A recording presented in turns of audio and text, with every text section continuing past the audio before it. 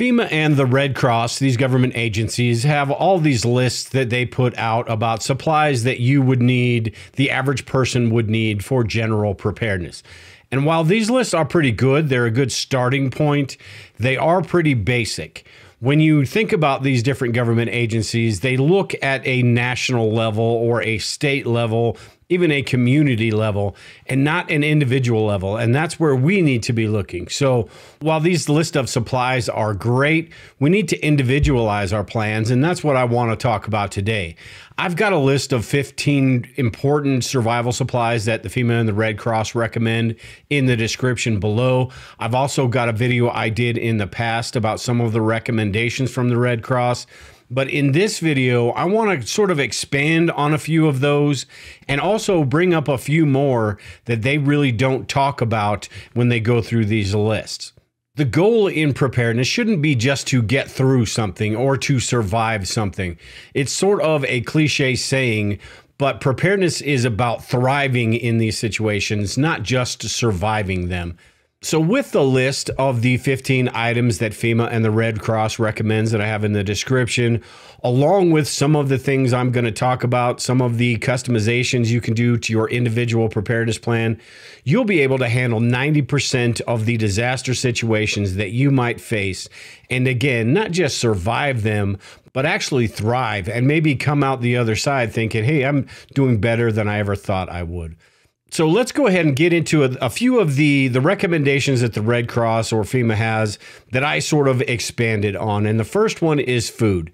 They talk about having enough food to survive a few days or a week. I think it should probably be longer than that, maybe a couple weeks at the bare minimum. But along with food, and there are a bunch of different options. You've got canned food, you've got shelf-stable food, you've got long-term food storage, which has got a 25-year shelf life, a lot of DIY options, canning, freeze-drying, dehydrating, a lot of things you can do with food.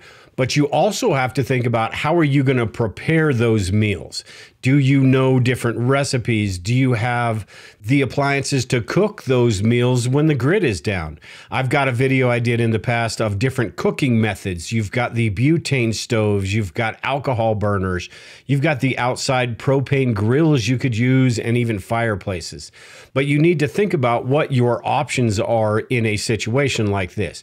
You could just open up a can of SpaghettiOs and be good, but that's going to get boring after a few days. And another thing you need to consider is the fuel that these different appliances are going to use. Again, I did a video on this in the past, so I'm not going to go into a lot of detail about the different options, but you have the butane, you have the gasoline, you have the wood, you have the propane, you have the denatured alcohol. There's just so many different options, and you need to pick what you're going to use and make sure you have not only the food, but the fuel and the cooking options to prepare those meals. And one final thing on this, when you're talking about storing water, which FEMA recommends 1 gallon of water per person per day, you need to think about that as far as what you're planning to prepare as well. If you've got a whole bunch of boxes of spaghetti, you better plan on having quite a bit of water to prepare that spaghetti. If you're talking about the long-term food storage products, that only takes a couple cups of water to prepare, so your water is going to go further. But keep those things in mind. The fuel that you're going to need, the cooking options, and the water needed when it comes to the food that you store.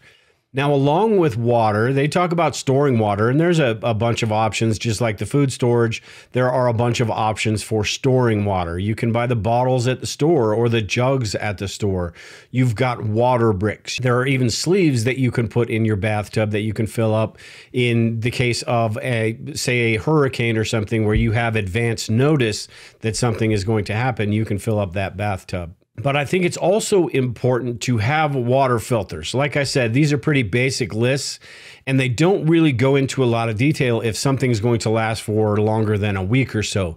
If the water supply in your home is contaminated, you're going to have to go out and look for other sources. So not only do we need to store water at home, we need to look around our neighborhood and sort of plot out where else we may be able to get water. And with these different water sources, you're also going to need a water filter. And the type of filter that you need really depends on the water source. High country water filters like the Sawyers or the Live Straws are great if you're just trying to get microorganisms out, the Giardia, the Cryptosporidium. But if you are in a suburban or urban area, you might need something a little bit stronger that is going to get plastics, chemicals, viruses, things like that. Those are a little bit more expensive. But think about those situations and what type of filter you might need. One more thing on the water is the personal hygiene. You're going to not only need that water for cooking and drinking, but you're also going to need it for cleaning. There are solar showers that you can get, which will actually, the water will heat up from the sun, and you can actually take a nice warm shower when the grid is down. You may need to wash clothes. You may need to clean around the house to prevent sickness and illness and things like that. So the hygiene is much more than just having some toothpaste and deodorant and a little bit of shampoo. We've got to figure out how we're going to keep everything, including ourselves, as clean as possible in one of these emergency situations. And hygiene also goes into their recommendation on waste removal, which is having trash bags. And I think it should go even further when you're talking about human waste removal as well, because if the grid is down, it doesn't necessarily mean the water will be down, but that could be as well, depending on what happened, whether it's an earthquake, some sort of other natural disaster, hurricanes, tornadoes, something that would cut off the water. You would need the ability to do your business, basically, and there are a few options for this. A prepper favorite is the 5-gallon bucket with a toilet lid and a trash bag inside, maybe a little bit of kitty litter in there or some sawdust. But this is a way to remove that waste out of your home and still be able to do the things that you need to do. I've also got a little porta potty here because we have a septic tank and a well pump. And if the well is out, that means I can't use the toilets, or I can only use them once. So this is an option to do that. So think about those things, not only just removing waste from your house, like, paper plates and things like that, but the human waste, which is going to be an even bigger problem when people need to figure out where and when they are going to go. And along the same lines of hygiene and sanitation is wound care, and the Red Cross recommends having a basic first aid kit. And you can get yourself just a basic pre-made first aid kit, but I would be careful about the quality. I recently got this first aid kit right here, which I'm going to break down, which has everything labeled. And the reason I like this is because if I don't like the quality of the supplies, I can replace those with supplies that I like. But along with these first aid kits, whichever route you decide to take, you've got to make sure and learn about the different techniques and how to use all of these supplies, and even maybe take some classes, CPR classes, stop the bleed classes. Those things that are going to be important, because the more you know about each of these different first aid supplies, the more you can add to your kit. If you don't know how to use a tourniquet, it's almost pointless to have one, or you're not going to use it correctly if you do have one. Learn how to apply a pressure dressing. All these different skills will make those supplies that you have even more valuable, and you'll gain more understanding about what you need. Also with first aid kits, don't forget the over-the-counter medications and the prescription medications. The last thing you want in any sort of disaster or emergency situation is to make a bad situation even worse because of infection or because somebody's sick and not feeling well. And FEMA also recommends having flashlights and batteries and chargers to charge your cell phones. I think you should go even further with this and get the portable chargers, anything that you can afford to power a different assortment of electronics, and maybe even, turn on a laptop, turn on a TV and a DVD player, which would give you entertainment in a situation like this, which is more important than people realize, especially if you have children. But it's not just about the small things, the emergency things. It's about being able to power lights, being able to recharge cell phones, being able to turn on different electronics, and having enough energy where you can do that for an extended period of time. And that's where some of these larger power stations come in. These smaller power banks are great for charging cell phones and small things, but you don't get AC, which is alternating current, which is what most of your appliances in your home plug into. You don't get that. So some of these larger power stations will allow you to plug in a lamp, plug in a television or a laptop, anything like that. They've got some that are as small as 300 watts, and they've got some that are much larger, and you've even got generators and things like that that will power up quite a bit of your house in an emergency. So with the energy, don't just think about the flashlights and the headlamps and the cell phones and things like that. Think about make a list of all the other things around your house that you may want to power up. If that is your refrigerator, just to run it for an hour or so a day to keep everything in there cool, you would want something that can supply 500 to 1,000 watts of energy, depending on your refrigerator. So think about all of those things and make that list as well. The energy isn't just about flashlights and small little power banks. And then a very big one on here, and they do have this on their list, but that's having cash on hand. This is a really important one. If the grid is down, if it is a natural disaster, it's not something that's large scale, that's affecting the whole country, you're going to want to have cash in your wallet, because the ATMs, the credit cards, and even the banks, all of that could be down, and you won't be able to get the things that you need. Now, if you are prepared correctly, you won't necessarily need to go out and do those things. But if you are somewhere you need to fill up the gas tank or something like that, you'll be able to do that if you have a little bit of cash on hand. Another one they talk about on their list is masks. And these are just the basic masks for if there are fires or depending on what's going on in your area. But they don't really expand on that too much, and that's what I wanted to do here. There are different types of masks. The regular surgical masks are fine for what they are, but they're not going to do a whole lot of good. Say if you are in the middle of a fire, it is not going to get those particulates. Regardless of what people said during the pandemic, they are not entirely effective against those small little viruses. And that's where the N95 respirators would come in.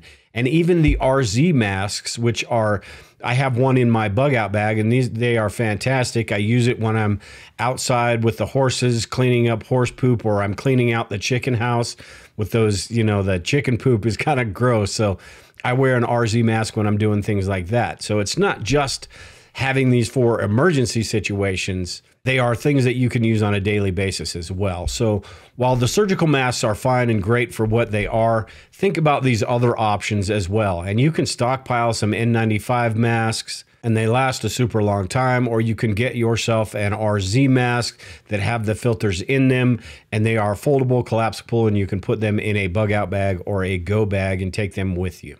Another thing they mention on their website is to have a way to shut off your utilities, a wrench or pliers, the gas line, the water line, things like that, because depending on what the natural disaster was, you may not want that coming into your home. So not only have those tools to be able to shut those off, but also know exactly where they are. A lot of people don't have any idea where their water line is or where their gas line shut off is. So make sure you have those. But along with the pliers and the wrenches and things like that to shut off your utilities, make sure you have other tools as well. Shovels, axes, even the battery-powered chainsaws.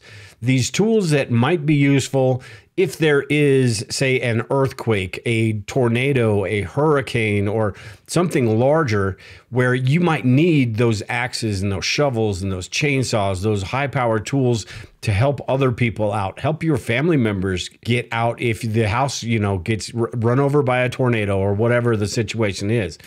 You may need those supplies.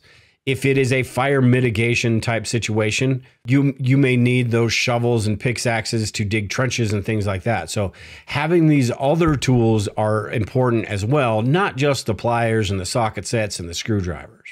Now, a couple things that they don't really mention that I think are really important, and maybe I should have mentioned this first, but do a threat assessment. And this isn't to say, you're doing a threat assessment if the bombs start dropping or civil war breaks out or anything like that.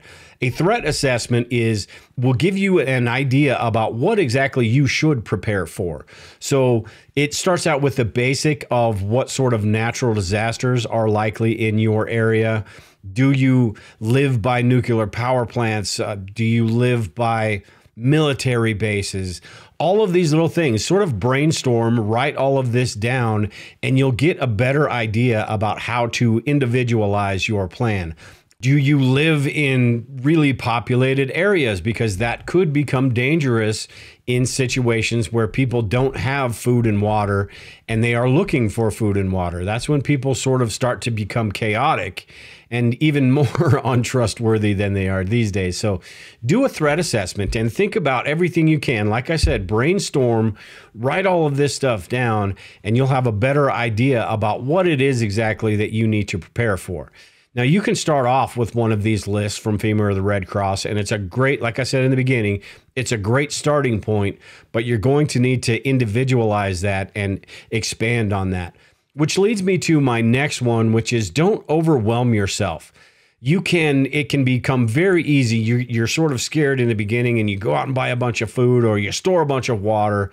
And then a year down the line, you start to try to organize that stuff and you've got a bunch of expired food or you don't know where everything is. And you get so overwhelmed that you just give up and you stop doing it. So go at your own pace, build your own plan, do exactly as much as you think you should do. Nobody's got the crystal ball that will tell us exactly what's going to happen. And regardless of, popular belief by some people, we can't prepare for everything.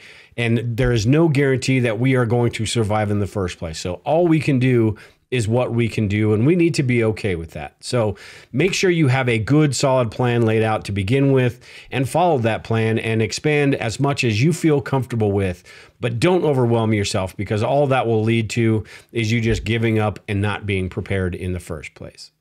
And finally, I have here is put together a go bag, a bug out bag, a get home bag, call it whatever you want, but put together a go bag.